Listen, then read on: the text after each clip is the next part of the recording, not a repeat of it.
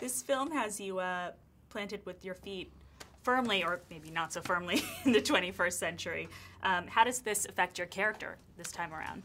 Well, I think he's certainly acclimated to the way society works. You know, it's not so much about tech shock and being marveled at cell phones.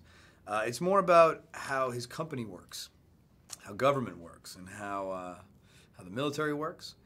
I think given modern technology, it's far easier for the people we're fighting against to commit the things they want to commit.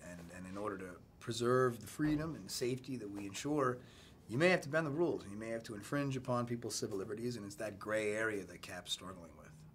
Yeah, this is a bit of a juxtaposition between the 1970s thriller aspect combined with what we love about the Marvel action spectacle.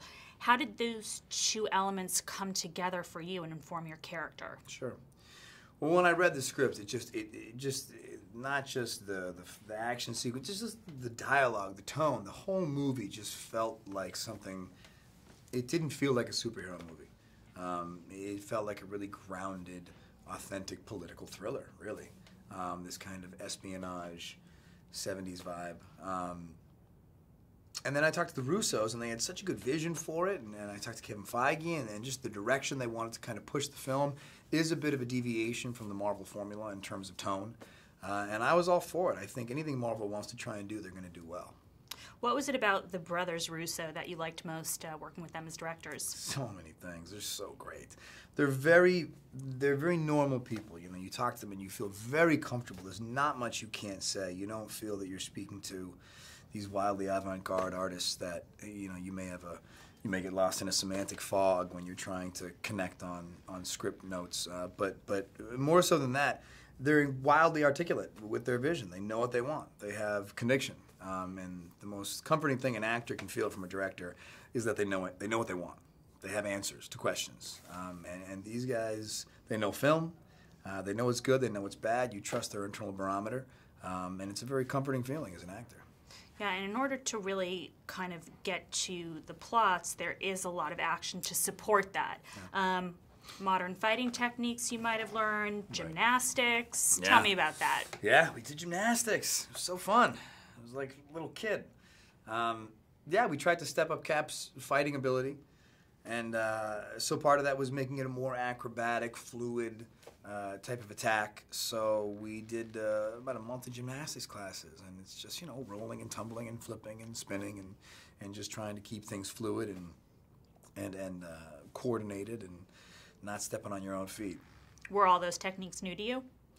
Yeah, to some degree. I mean, it's funny how some things can just almost feel like dancing sometimes. And I mean, there's a familiarity to fluid movements, even if you play sports, But it's the devil's in the detail.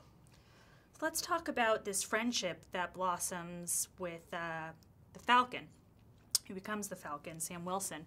How does that help move your character story along? Can you tell us about that friendship? Sure. Well, it's one of these bonds that, Cap is.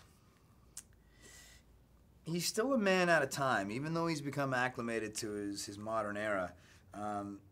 He's still relatively alone, and I think meeting Sam Wilson in the beginning of the film, Sam doesn't treat him in a way, and in a way, Steve Rogers is a celebrity.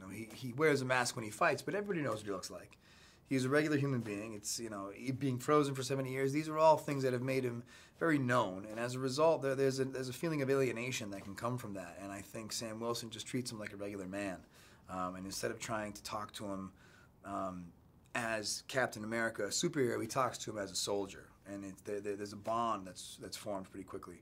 And it's certainly something that Steve Rogers needs at that point in his life.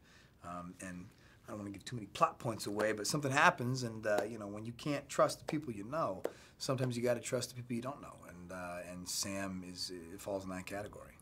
And we see maybe a little bit more trust developing between you and the Black Widow, Natasha, and Steve seem to have a little bit more of a meeting of the minds, whereas previously they were more opposites. Can you tell us a little bit about that dynamic? Sure. Well, they're still opposite. That's what makes it so interesting. They're very different people. It's this kind of odd couple.